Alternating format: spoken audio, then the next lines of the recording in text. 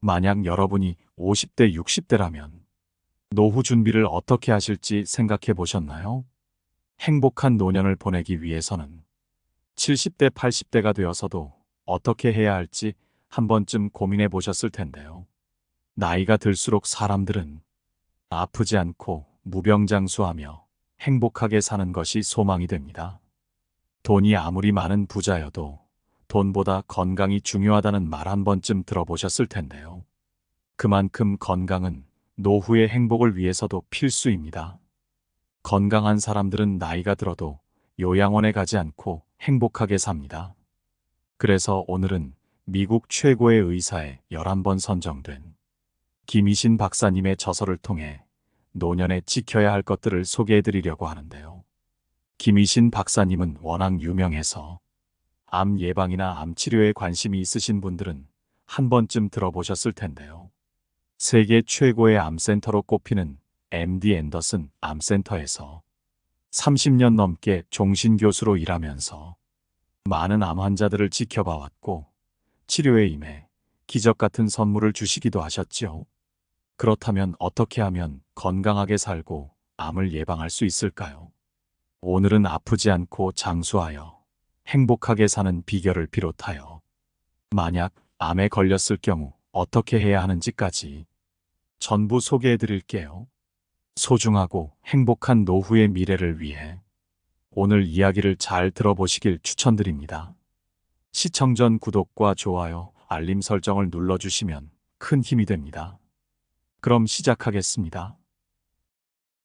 행복한 노년을 보내기 위해 아프지 않고 장수하는 초간단 습관.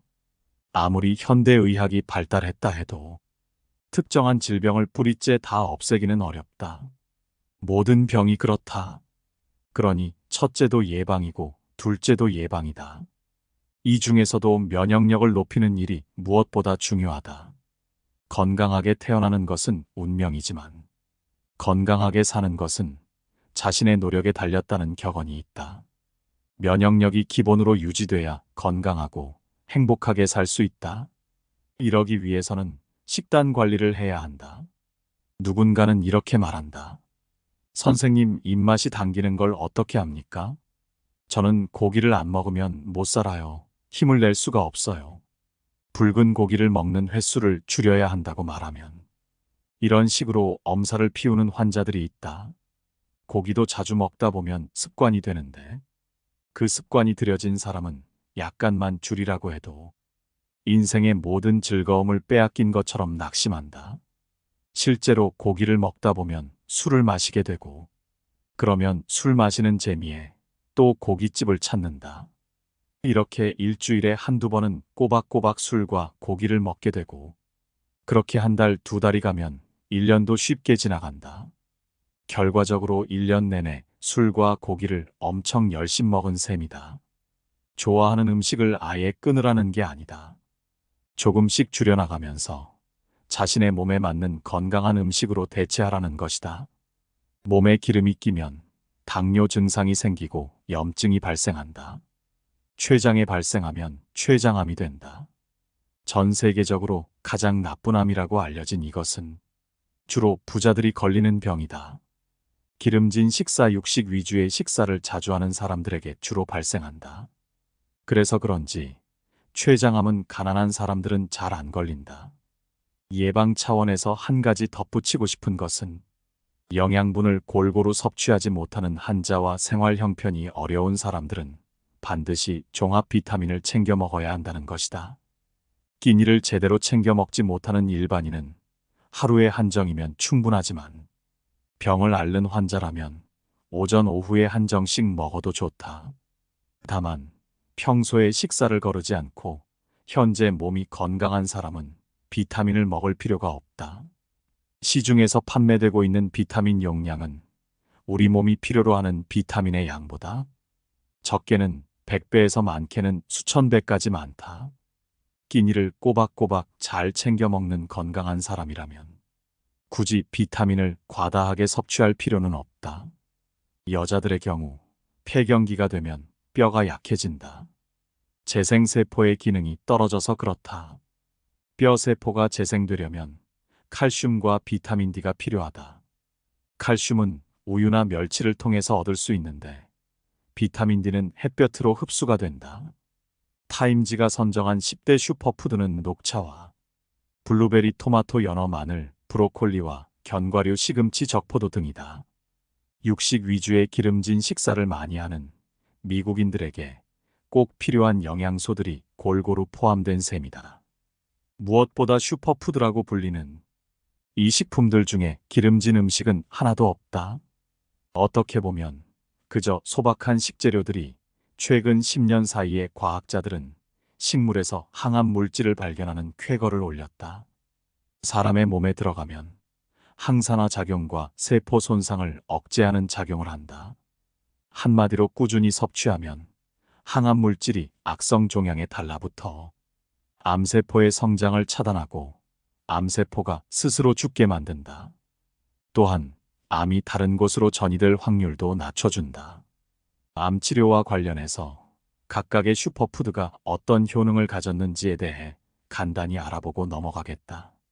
시금치나 브로콜리 같은 녹색 채소에 들어있는 영양소는 손상된 인간의 DNA를 복구한다. 평소에 녹색 채소를 자주 먹는 사람은 그렇지 않은 사람에 비해 췌장암 발병률이 38% 낮다는 연구 결과가 나왔다. 수박과 토마토는 폐암을 억제시키는 데 좋다. 특히 토마토를 가열해서 식물성 기름과 함께 먹으면 리코펜 성분이 10배나 더 잘 흡수된다. 마늘이 가진 알리신 성분은 강력한 살균 효과는 물론 위암 예방에 탁월하다. 하지만 날 것으로 먹기보다는 장아찌를 만들어 먹거나 익혀서 먹는 것이 위에 덜 부담스럽다. 사과 속에 들어있는 플라보노이드 성분은 유방암의 재발을 방지하고 감귤은 폐암을 예방하는 데 좋다. 이처럼 각종 채소와 과일에는 암을 예방하는 좋은 성분들이 많은데 특히 씨앗과 견과류를 함께 섭취하면 지방산이 공급되어 우리 몸이 영양소를 잘 흡수하게 도와준다. 씨앗과 견과류는 심장병 환자의 부정맥을 예방하고 노화로 인한 근육량 감소를 개선한다. 버섯이 가진 피토케미컬 성분에는 소염 효과가 있어서 자가 면역 질환과 관절염에 도움을 준다.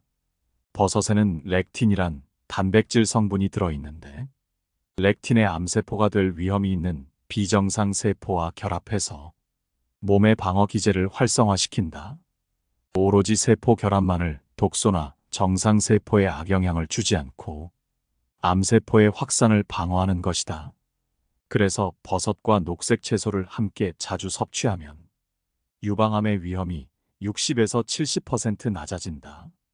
뿐만 아니라 암세포의 혈관 생성을 억제해 종양의 성장을 막아주기도 한다. 암세포가 살 수 없는 몸을 만들기 위해서는 피토케미컬 성분이 많이 들어있는 채소와 과일, 견과류, 씨앗, 버섯류를 많이 먹고 항산화제와 비타민을 꾸준히 섭취하는 것이 좋다. 몸에 이로운 미량 영양소가 거의 없는 가공식품은 우리 몸의 면역 기능을 떨어뜨려 암 발생률을 높인다. 혈관의 문제는 우리 몸 구석구석에 치명적인 손상을 가져온다. 예전에는 어떻게 기름이 몸속에서 염증을 일으키는지를 학자들도 잘 몰랐다. 염증은 그저 균이 들어가서 생기는 것이라고만 알았기 때문이다. 먹는 것만큼이나 습관이 중요하다. 그 중에서도 운동은 필수다. 알약만 먹으면 거기에 들어있는 모든 성분이 저절로 몸에 흡수되고 쓰인다고 여겨서는 안 된다. 적절한 운동을 병행해야만 몸이 비타민을 제대로 흡수하고 사용할 수 있다. 식사를 하고 난 뒤에는 동네 근처를 산책하거나 매일 꾸준히 걷기 운동을 하는 것이 좋다. 좋은 성분을 먹었다면 이것을 잘 흡수하고 사용해야 먹은 보람도 있으니 말이다. 특히 암 환자의 경우 약을 먹고 집안에만 가만히 있으면 아무 소용이 없다. 몸을 안 움직이면 뼈가 약해져서 잘 걷지도 못하고 그러면 더더욱 기운이 없어져서 몸을 못 움직이게 된다. 악순환이 반복되는 것이다. 힘들어도 천천히 걷는 연습을 하고 가능하면 공원에도 나가서 신선한 공기를 마시는 것이 중요하다. 사실 요즘 사람들은 잠자는 시간을 빼고 하루 중 거의 대부분을 앉아서 보낸다. 학생이나 직장인이나 마찬가지다. 꼼짝도 하지 않고 하루 종일 앉아서 하는 일이 마냥 즐겁지만은 않을 것이다. 대개는 결과물을 만들어내기 위해 피나는 경쟁을 해야 하기 때문이다.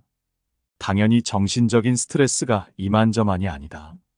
이러한 극도의 스트레스와 불규칙한 식사 턱없이 부족한 운동량은 수명을 단축시켜주는 최상의 트리오다. 몸의 자율신경은 교감신경과 부교감신경으로 나뉘는데, 스트레스가 심해지고 식사를 불규칙하게 하면 교감신경이 항진된다. 교감신경이 항진되면 몸이 비상사태로 인식하게 된다.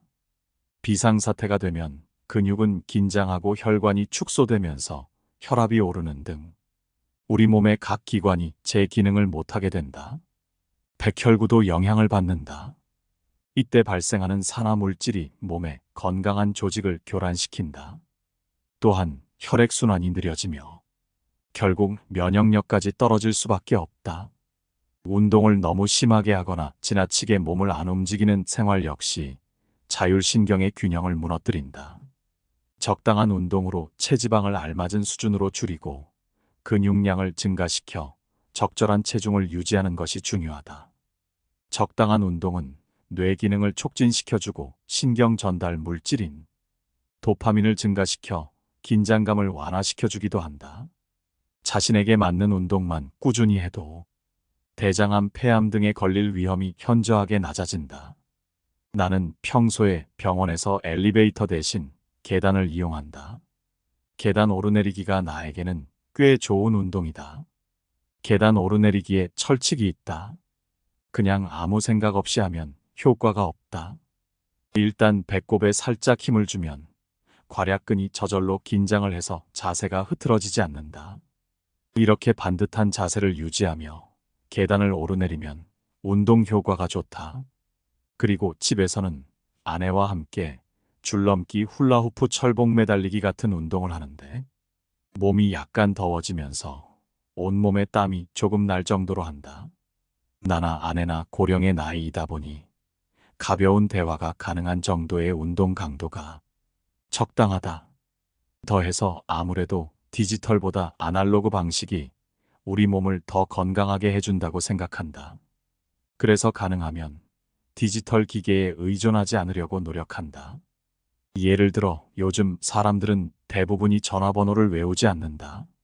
스마트폰에 다 저장되어 있기 때문이다. 그러다 뇌 기억 기능이 자꾸만 떨어진다. 몸을 필요 이상으로 아끼고 쉬게 하면 오히려 노화가 빨라진다.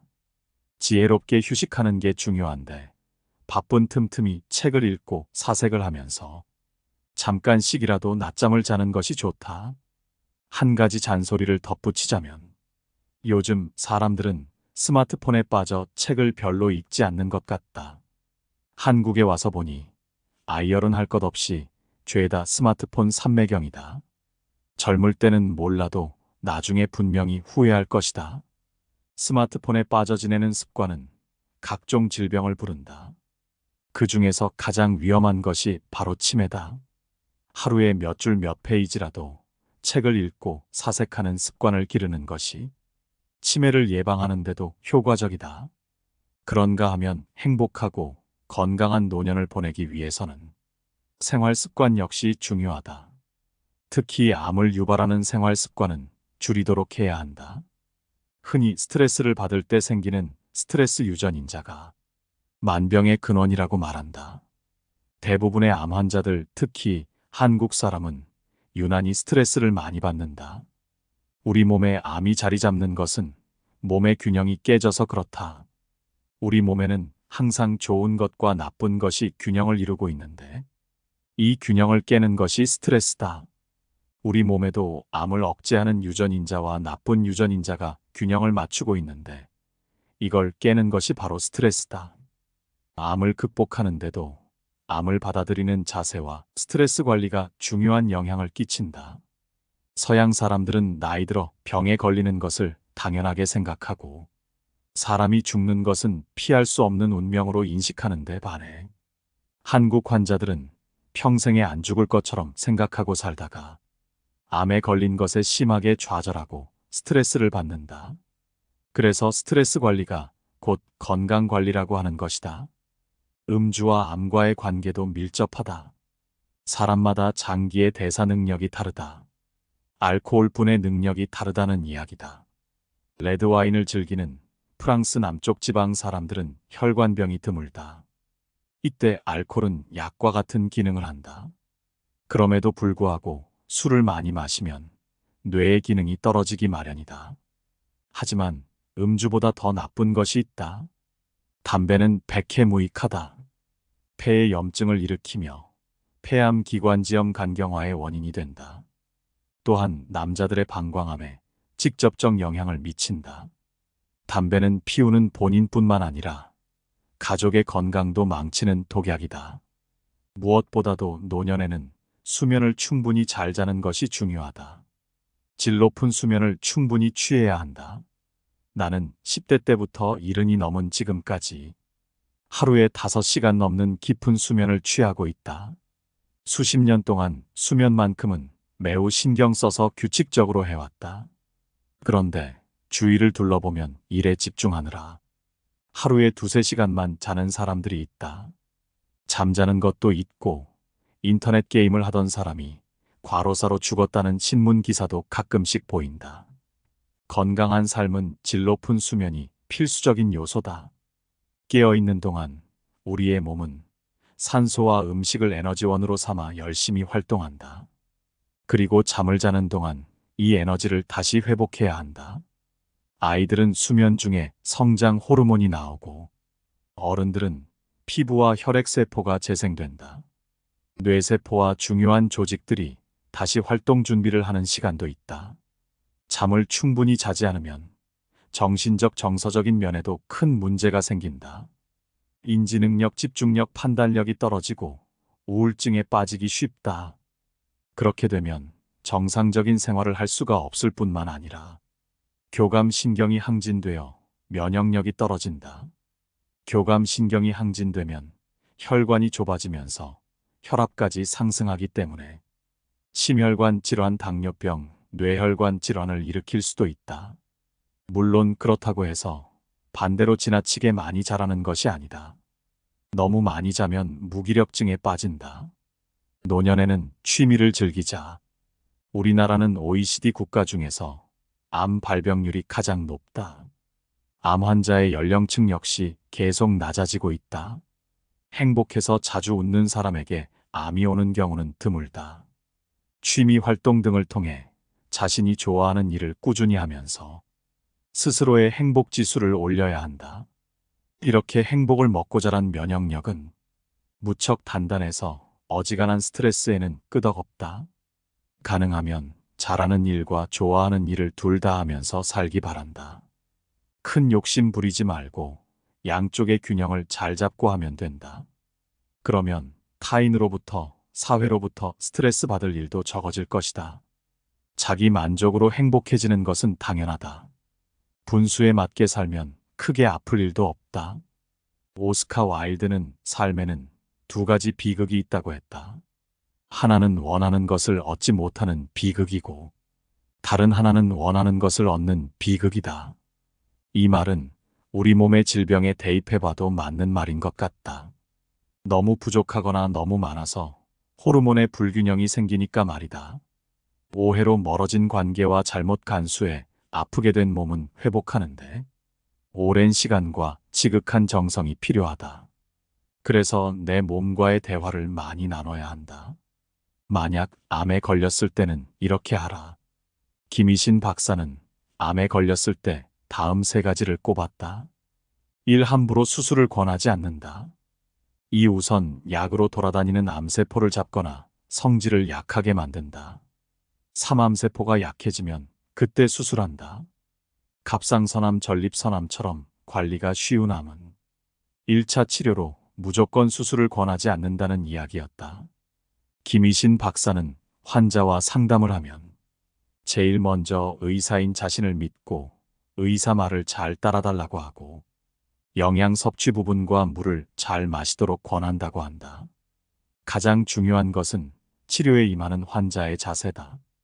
한국에서 온 환자들 중 병원 예약을 하면서 주변 관광을 하거나 골프장을 잡는 낙관적이고 노는 걸 좋아하는 환자들도 있다. 이런 환자들이 오히려 치료 결과가 더 좋았다. 이렇게 병 치료도 여행하듯 가볍고 즐거운 마음으로 계획표를 짜면 치료에 큰 도움이 된다고 한다. 환자의 자세가 치료에 미치는 영향은 미국 환자와 한국인 환자의 차이점을 살펴보면 더 명확해진다.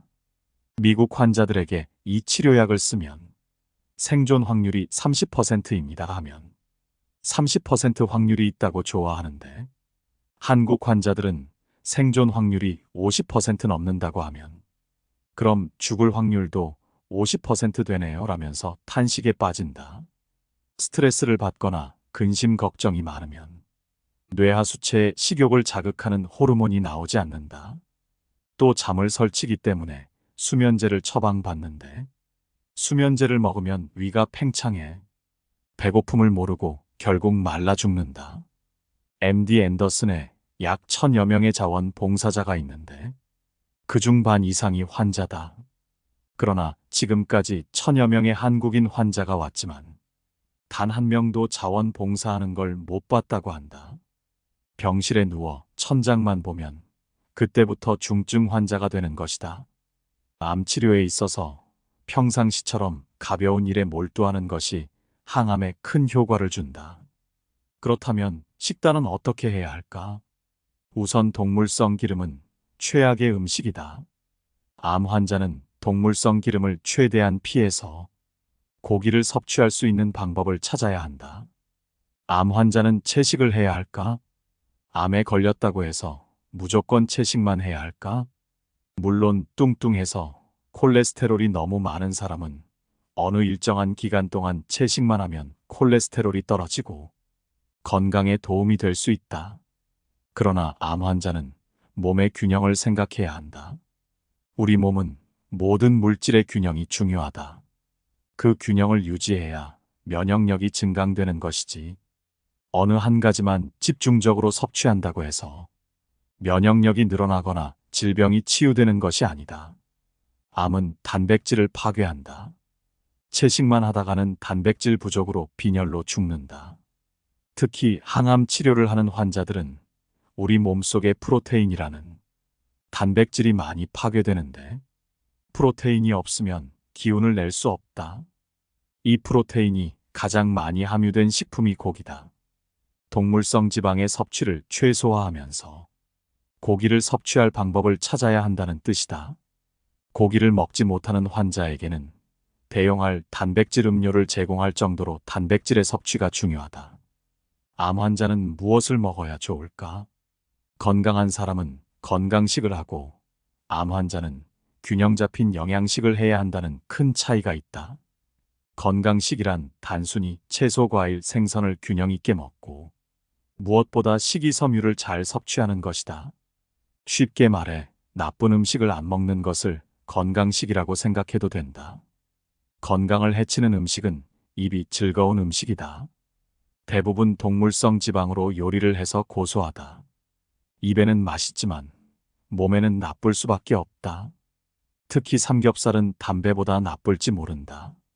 동물성 포화지방은 혈관에 염증을 일으키기 쉽다. 아주 위험하다는 사실을 꼭 기억해야 한다. 어떤 사람들은 삼겹살을 많이 먹어도 건강하다고 항변을 할 수도 있다.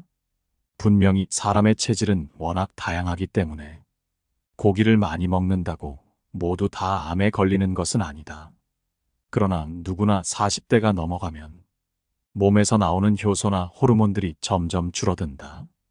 젊어서는 많이 먹어도 소화를 돕는 효소가 많이 분비되어 괜찮다가 나이가 들수록 해독 능력이 떨어져서 발병을 할 수 있다.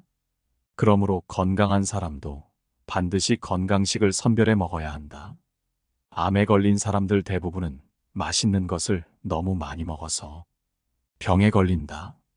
반면에 암 환자들이 먹어야 하는 균형 잡힌 영양식이란 고단백질로 몸의 기운이 돌게 만드는 식단을 말한다.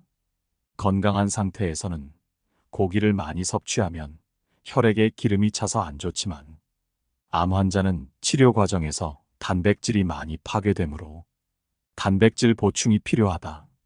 단백질을 섭취하지 못하면 기운이 없어서 암 치료를 지속할 수가 없다. 동물성 단백질 대신 고단백 식물성 단백질도 유사한 효과가 있다. 식물성 단백질을 대신 섭취해도 마찬가지 효과가 있다. 좋은 동물성 단백질 섭취하려면 어떤 고기가 좋을까? 기본적으로 모든 동물이 동물성 지방과 식물성 지방이 함께 있는데 대부분 동물성 지방 쪽 비율이 더 높은 편이어서 문제가 된다. 그런데 예외적으로 식물성 지방 비율이 더 높은 동물이 있다. 주로 가금류가 그렇다. 그 중에서도 특히 오리는 식물성 지방 비율이 더 높다고 알려져 있다. 또 돼지고기, 소고기 같은 붉은 고기가 안 좋다는 얘기도 하는데 이것은 예전에 고기를 날 것으로 먹고 채소와 곁들이지 않고 먹은 케이스에 대한 연구 결과이다. 옛날 이론인 셈이다. 고기 종류는 상관없이 기름기 없는 고기를 먹는 게 중요하다. 이 밖에도 암 환자에게 특별히 좋다고 알려진 암 극복을 위해 꼭 먹어야 할 음식은 있다. 바로 카레, 커리, 생강, 양배추, 현미밥, 잡곡밥, 오리고기이다. 노년에 즐겁고 행복하기 위해서는 건강을 관리하는 것이 가장 필수이지요. 건강을 잃으면 돈이 아무리 많아도 행복에서 벗어나게 됩니다. 특히 한국인들은 암 발병률이 높은 만큼 식단과 생활 습관을 조절할 필요가 있다는 것인데요. 그래서 오늘 이야기가 더욱 와닿았던 것 같습니다. 항상 여러분의 노후의 행복을 응원합니다. 구독과 좋아요, 알림 설정은 큰 힘이 됩니다.